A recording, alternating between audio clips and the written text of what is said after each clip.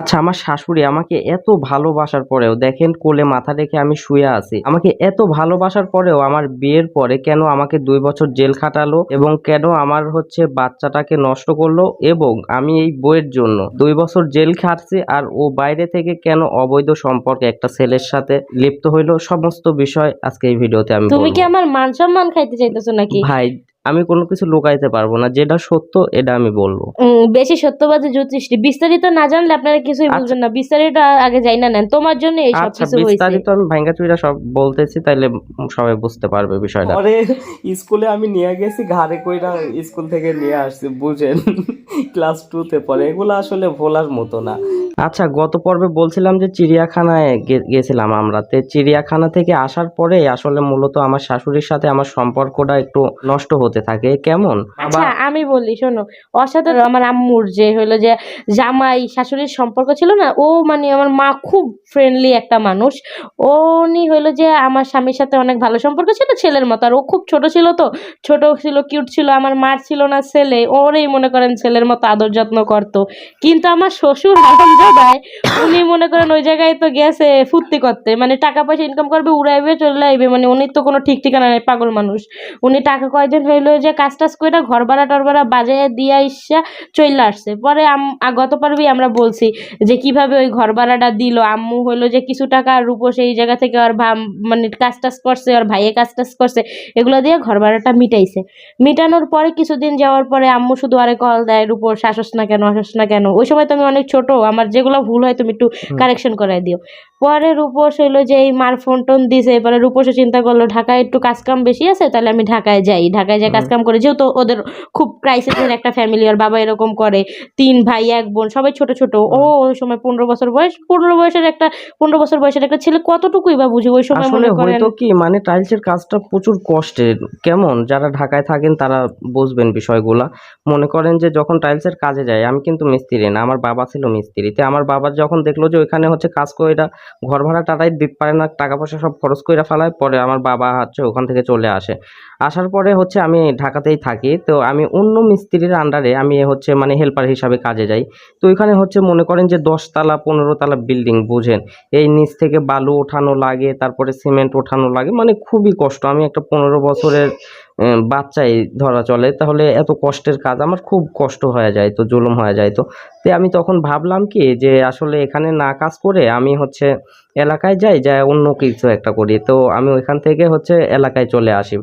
এলাকায় আসার পরে আমার একটা মাথায় আইডিয়া আসলো যে আমি আবার একটু মানে ইলেকট্রিক সাইডে আমার ছোটবেলা থেকে খুব আগ্রহ, মোবাইল সার্ভিসিং, তারপরে ইলেকট্রনিক্স, এই দাঁড়াও একটু সমস্ত সাইডে একটু জিনিসগুলা কথা নিয়ে। বলি।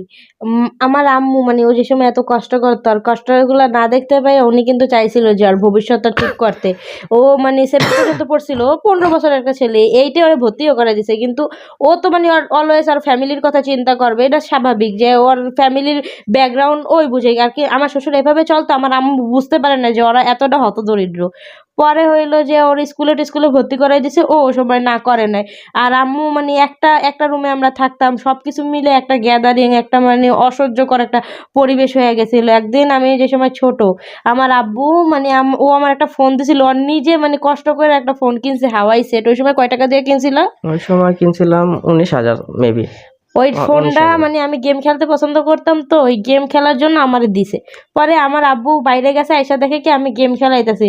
পরে ওই গেম খেলাইতেছি না, ওনার একটা ভাগ্নি ছিল মিমাপু, মানে আমার আপু ফুপাতো বোন।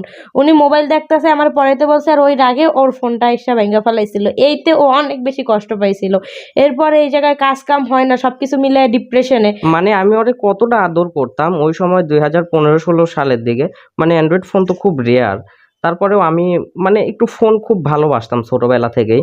তো এইজন্য আমি একটা ফোন কিনছিলাম অনেক শখ করে। তাও আমার আম্মুকে দিয়ে আমি লোন করাইছি, ২০,০০০ টাকার লোন করায় ১৯,০০০ টাকা দিয়ে একটা মোবাইল কিনছি।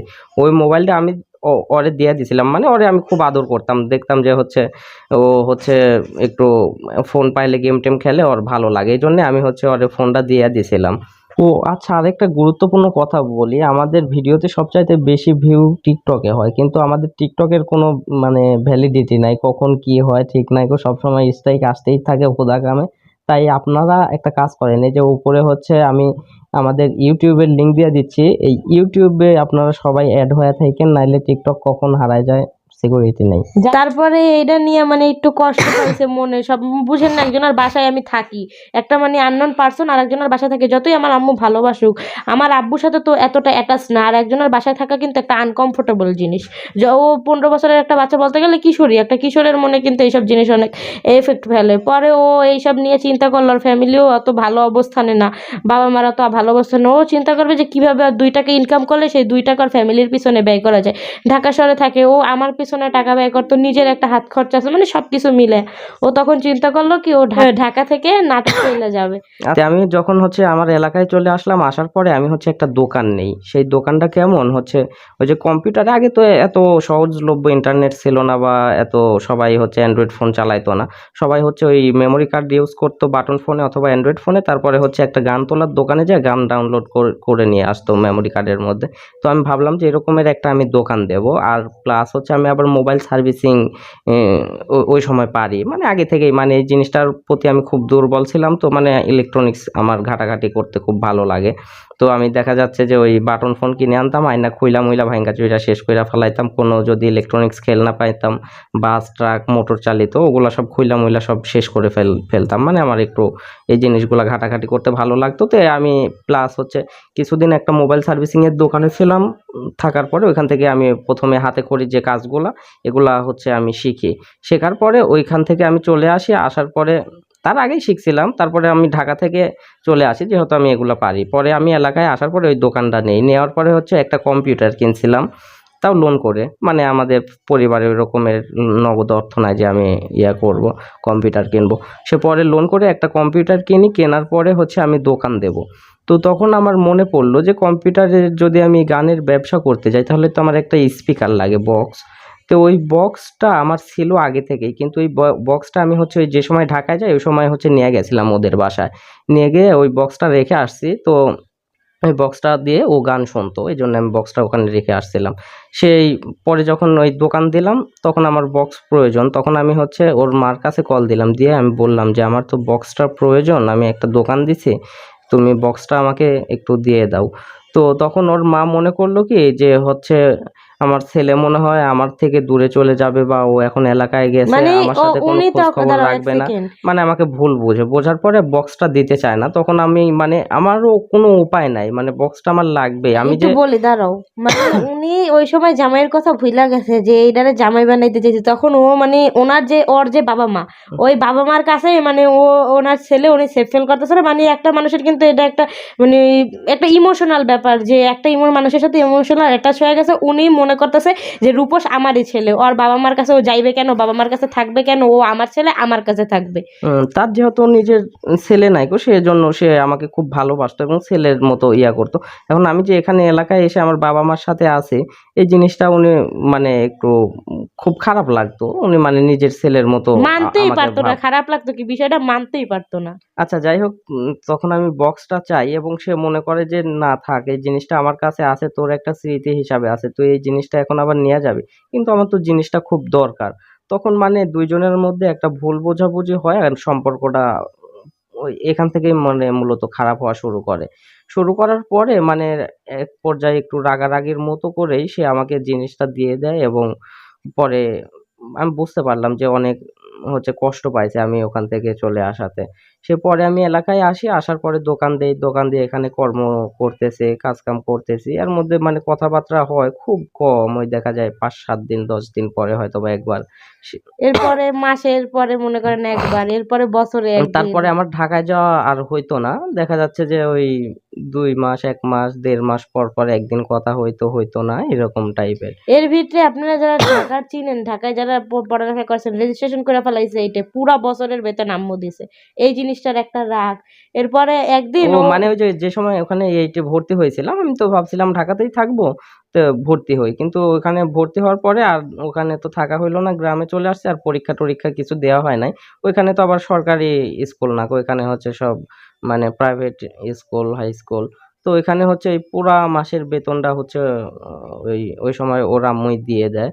আর এই বিষয়টা নিয়ে সে মানে একটু রাগারাগি করছে আমার সাথে, যে তোকে এত কষ্ট করে ভর্তি করাই দিলাম আর তুই লেখাপড়া করা বাদ দিয়ে যায় ওইখানে আসোস, তুই পরীক্ষাটাও দিলি না কো, এরকমের মানে বিষয়গুলো। পরে উম, বছর চলে গেল, পরে আমার পরীক্ষাও দিতে আম্মু পারলাম মানে না। দুঃস্বপ্নেও কল্পনা করতে পারে না যে ওদের ফ্যামিলি এত মিডল ক্লাস, যে ওর মনে করেন ওর মতো একটা ছেলে যদি কাজ না করে তাহলে মনে করেন ওদের ফ্যামিলির অবস্থা দুর্বিষহ হয়ে যাবে। মানে এটা উনি ভাবতেই পারেন না। উনি মনে করছে স্বাভাবিক একটা ফ্যামিলি, তো এই ছেলেটার আমি পড়ালেখা করাতে চাইতেছি, ও কেন করবে না? তে আমি ওই দোকানটা দেই, দেওয়ার পরে হচ্ছে বেশ কিছুদিন চালাই, কিন্তু ওই দোকান নেওয়ার সময় আমি আবার একটা ভুল করে বসি কি, আমার একটা পার্টনার ছিল, তে আমাদের এলাকারই একটা পার্টনার ছিল, ওকে নিয়ে আমি সব চাইতে জীবনে বড় ভুল করছিলাম।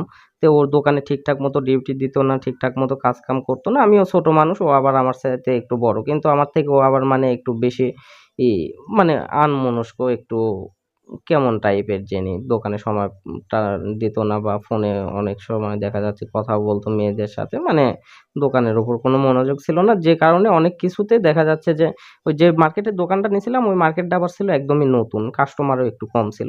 পরে যে কোনোভাবে ওই দোকানটা আর আমরা রাখতে পারি না, দোকানটা আবার ছেড়ে দেই, দেওয়ার পরে আমি আবার মানে ইয়ে হয়ে যাই, এখন বাবার সাথেও কাজ করি না, আবার আমার দোকানও নাই, কি যে একটা অবস্থা।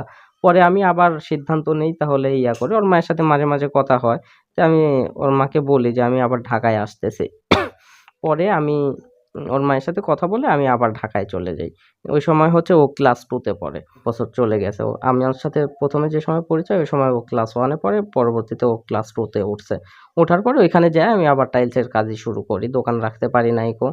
তো এই টাইলসের কাজ করি ওই একটা সময় জিনিস হচ্ছে চিন্তা করেন, ও কত বড় স্বার্থপর। যেই সময় মানে ওর দোকান ছিল ওই সময় মায়েরা ছেড়ে গেছে, দোকান শেষ, আবার মায়ের ফোন টোন দিয়ে, মার সাথে ওই সময় যে সময় দোকান ছিল কথাও বলতো না ঠিক মতো, যে ওই বেচারিটা আমার ভালোবাসে হয়তো বা কষ্ট পাইতে পারে, কিন্তু দোকান যেই শেষ সেই মায়ের ফোন দিয়ে সেই তাড়াতাড়ি করে গেছে। এই জিনিসটা কিন্তু ও স্বার্থপরের না, পরিচয়। না কথা হইতো কিন্তু মানে অত অত কথা হইতো না, তাহলে ওই হ্যাঁ। মানুষটা তো আরে মন থেকে উম ভালোবাসা দেখে অত কথা বলতে চাইতো, ঠিক না? সেটা তো আমিও ফোন দিয়ে কথা বলতাম, সেও ফোন দিয়ে কথা বলতো, ২ জনই কথা বলতাম। এটা সত্যি কথা।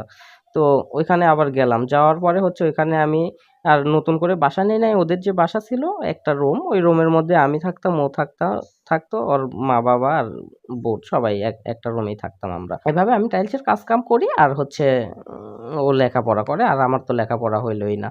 পরে হচ্ছে আমি যা কাজ-কাম করি, কাজ-কাম করার পরে ৳৪০০ করে বেতন পাইতাম ওই সময়। একদিন কাজ করলে ৳৪০০ বেতন পাইতাম। বেতন পাওয়ার পরে ওই টাকা দিয়ে হচ্ছে ওর জন্য একটা পিজ্জা নিয়ে আসতাম আর হচ্ছে বাকি টাকাটা একটু রেখে দিতাম। তে কিস্তির জন্য। কিস্তির জন্য। ওই সময় আবার আমার কিস্তি ছিল। দোকান যেহেতু রাখতে পারি নাই, সবই লস। ফ্লপ বলতে পারেন। তো ওইখান থেকে কিস্তি দিতাম, কাজ-কাম করতাম আর ওর হচ্ছে খাবার-দাবার ওর জন্য মাঝে মাঝে কিনে নিয়ে আসতাম। তো ওই সময় হঠাৎ করে একদিন একটা মজার কাহিনী আছে। ও হচ্ছে গেছে ক্লাসে, স্কুলে। ক্লাস-টিলাস করছে, ঢাকা শহর আবার বুঝেন বৃষ্টি হইলে প্রচুর পানি জইমা যায় রাস্তার মধ্যে। তে আর সে আমরা যে সেদিন শহরটায় সেদিন থাকি আমি কাজে বাড্ডা যাই নাই। শহর। বাড্ডা হচ্ছে ১১ সরণি। আপনারা চিনবেন হয়তোবা যারা থাকেন। বাড্ডার অবস্থা তো জানেন এখন পর্যন্ত। তে বৃষ্টি হলে প্রচুর পানি হয়ে যায়। তো ইয়া হইছে, এই সেদিন আবার আমার কাজও হয় নাই কো। তা আমিও বাসায় আছি, ও গেছে হচ্ছে স্কুলে। সকালবেলা ওরে স্কুলে রেখে আসছি। মানে যেদিন আমি কাজে যাইতাম না সেদিন ওরে আমি স্কুলে রেখে আসতাম। আর যে সময় স্কুল ছুটি দিত ওই সময় আবার যায়ে নিয়ে আসতাম। তো সেইদিন প্রচুর পানি হইছে, বৃষ্টি বাদল, মানে অনেক খারাপ অবস্থা। পরে আমি একটা ছাতা নিয়ে গেছি ওর স্কুলের সামনে। আমারই এত মানে বুক অব্দি পানি। আমি ডুইবা যাইতাম। ও তো আসতে পারবে না। পরে হচ্ছে ওর সাথে ওর আরেকটা বয়সও খুবই কম। ও আমার ক্লাসমেট ছিল না, ও আমার জুনিয়র ছিল। ৭.৫ বছর কি ৮ বছর ওর জুনিয়র। তো ওরে ২ জন রে আমি কি করছি ঘাড়ের উপরে নিছি। না, আমারে ঘাড়ের উপর নিছে, আর ও ছেলে তো ওরে হাঁটায় হাঁটায় নিয়ে সেই পরে আর জুতা ওর বসে গেছে। ওর গলা অব্দি পানি। আর ওরে হচ্ছে আমি ঘাড়ের উপরে নিয়ে হাতে একটা ছাতা নিয়ে পরে আসতেছি। মানে এগুলো কিন্তু স্মৃতি। ওর সাথে আমি সংসার করতেছি আর মনে করেন যে ওরে স্কুলে আমি নিয়ে গেছি ঘাড়ে কইরা, স্কুল থেকে নিয়ে আসছি, বুঝেন। ক্লাস 2 তে পড়ে। এগুলো আসলে ভোলার মতো না। বিষয়গুলো অনেক ইন্টারেস্টিং। আরো একটা মজার স্মৃতি আছে, আমি বলি। একসময় মানে আমাদের স্কুলের পাশে একটা কদম গাছ, ফুল গাছ ছিল। একটা ছাত্রীর হইলো যে ভাই না জানি কে কদম ফুল গাছ থেকে ২-৩টা কদম ফুল পারছে, পরে ওরে আমার ক্লাসমেটই ওরে দিছেন, আমি ওর কাছে একটা চাইছি, আমারে দেয় না। পরে আমি সেই কষ্ট পেয়ে কান্না কান্না করে এসে বলতেছি, রূপস ভাইয়া আমারে কদম ফুল গাছ থেকে কদম ফুল পেরে দিবা। আর ও যাইয়া সন্ধ্যাবেলা কদম ফুলের যত কদম মানে কদম ফুল গাছে যত কদম ফুল ছিল সব ছিঁড়ে আনছে। একটা লোক আইসা বলতেছে সন্ধ্যার সময় গাছে উঠছস মরতে। পরে ওই ফুল পাইরা দেওয়ার পরে একটা ঝুড়ি নিয়ে গেছে বড়। পরে ওই ফুলে কদম মানে ওই ঝুড়ির ভিতরে কদম ফুলে ভরা। পরে ওইটা রাস্তা দিয়ে নিয়ে আসতেছি, যেই আমারে দেখতেছে সেই কদম ফুল চাইতেছে। আর আমি বলতেছি দেবো না আমার ভাই পেরে দিয়েছে। মানে এত অনেক মজার স্মৃতি আছে ওর কোলে পিঠে কইরা, মানে আমি অনেক ঘুরছি। এরপরে আমি হচ্ছে ওইখানে মোটামুটি 7-8 মাস একটানা হচ্ছে কাজকাম করলাম। টাইলসের কাজকাম করার পরে আমি হচ্ছে একটু অসুস্থ হয়ে যাই, আর ওইখানে টাইলসের কাজ করা না খুব কষ্টকর। পরে আমি ওইখান থেকে আবার বাসায় চলে আসি। আসার পরে হচ্ছে আপনার আমি এলাকায় আর কোনো কাজ কাম করতেছি না, বর্তমানে বেকারই ছিলাম। তো এরপরে হচ্ছে বন্ধু বান্ধবের সাথে আমি হচ্ছে করলাম ওই কি বলে গাজীপুরে আমার বন্ধুরা হচ্ছে সব ওইখানে চাকরি করতো। একটা হচ্ছে এই কার্টুন বক্স বানায় ফ্যাক্টরি, তো ওইখানে হচ্ছে গেলাম। যাওয়ার পরে ওইখানে চাকরি করি, এর মধ্যে হচ্ছে ওর মায়ের সাথে কথা হয় না, কথা হয় না, এভাবে ওইখানে মোটামুটি 6-7 মাস থাকলাম। থাকার পরে ওইখান থেকে চাকরিও করতে পারলাম না, আবার চলে আসলাম বাসায়। মানে ওইখানে বেতন পাইতাম হচ্ছে 6,000 টাকা, পোষাইতো না। ওইখান থেকে আবার বাসায় চলে আসলাম। আসার পরে আবার গেলাম হচ্ছে নারায়ণগঞ্জে একটা গার্মেন্টসে ওইখানে কাজ করতে। তো ওইখানে গার্মেন্টসে গেলাম, যাওয়ার পরে ওইখানে মোটামুটি 28 দিন, মানে আমরা 4 জন গেছি এলাকা থেকে। যাওয়ার পরে ওইখানে আমাদের সাথে ওই যে যার সাথে পার্টনারের দোকান নিয়েছিলাম ও গেছিল। যাওয়ার পরে হচ্ছে ও মোটামুটি 14 দিন কাজ করে চলে আসছে। এখন বোঝেন তো, মাস না পূর্ণ হইলে তো আর গার্মেন্টসে বেতন দেবে না, ও চলে আসছে। তারপরে হচ্ছে আরেকজন ছিল আমাদের সাথে, ও আবার মোটামুটি হচ্ছে 20 দিনের মাথায় ওইখান থেকে চলে আসে। আসার পরে আমার মনটাই ভাঙ্গা যায় যে হচ্ছে ওদের সাথে থাকবো জন্য ওদের উপর নির্ভর করে আসলাম, আর ওরা চইলা গেল। পরে 24 দিন কাজ কইরা 24 দিনের মাথায় আমিও আবার চইলা আইছি। ছোট মানুষ, বোঝেন নাই মন মানসিকতা কেমন হয়। ওই সময় আমার 16 বছর বয়স। পরে ওইখান থেকে আমি আবার চলে আসি। আসার পরে ওর মায়ের সাথে আর ওই রকমের কথাবার্তা হয় না। এর মধ্যে মোটামুটি 1.5-2 বছর আবার অতিক্রম হয়ে গেছে। তো ওর মায়ের সাথে ওই 2 মাস 3 মাস পরে পরে 1 দিন 2 দিন কথা হয় আর এর এরকম। ভিতরে ও যে একটা মানুষ ছিল ওর অস্তিত্বই আমি ভুইলা গেছি। আর এর মধ্যে ও আমারে মোটামুটি ভয় লাগেছে, ঠিক আছে। এরপরে মোটামুটি 1-1.5 বছরের মতো ওর সাথে কোনো যোগাযোগ নাই গো। এর মধ্যে হচ্ছে আপনার আমি আবার একটা মেয়ের সাথে একটা রিলেশনে চলে যাই। যাওয়ার পরে মানে আর কোনো এমনিতেও যোগাযোগ নাই, মানে সবকিছু ভুল লাগেছে। ওরাও আমাকে ভুল লাগেছে, আমি আবার ওদেরকে ভুল লাগেছে, মানে কোনো যোগাযোগ সম্পর্ক কিচ্ছু নাই। তো আসলে মানুষের হচ্ছে জীবন মৃত্যু, বিয়ে শাদী তো সবকিছু আল্লাহর হাতে। তো আবার কিভাবে ওই সম্পর্ক থেকে আবার ওর কাছে ওই গেলাম। মেয়ের উপরে কিন্তু খুব বেশি লয়াল ছিল। এরপরে আল্লাহ কিভাবে আবার এই ভাগ্যে আমারে আমার রাখছে। জীবনে দুইটাই মানুষ, ও আর হচ্ছে ও ছিল। তো ওর উপরেও আমি খুব লয়াল ছিলাম, মন মন থেকে ভালোবেসে ফেলছিলাম। তো আমার মানে কাজিনের হচ্ছে বান্ধবী ছিল ও। তো পরবর্তীতে ওর সাথে থেকে আবার কিভাবে ওর কাছে গেলাম, কিভাবে বিয়ে শাদী পর্যন্ত গড়াইলো, কিভাবে আবার জেল টেল খাটলাম, সবকিছু বলবো ইনশাআল্লাহ পরের পর্বতে। যারা গল্পটা শুনতে ইন্টারেস্টেড ফিল করতেছেন, অবশ্যই। এরপরে আরো মজা আছে। এই ছেলে যে কি কি হয়েছে আর আমি কি কি যে করছি এর সাথে, আপনারা জাস্ট কল্পনা করতে পারবেন না। ওকে, আল্লাহ হাফেজ আজকের মতো। বাবা, বাবা।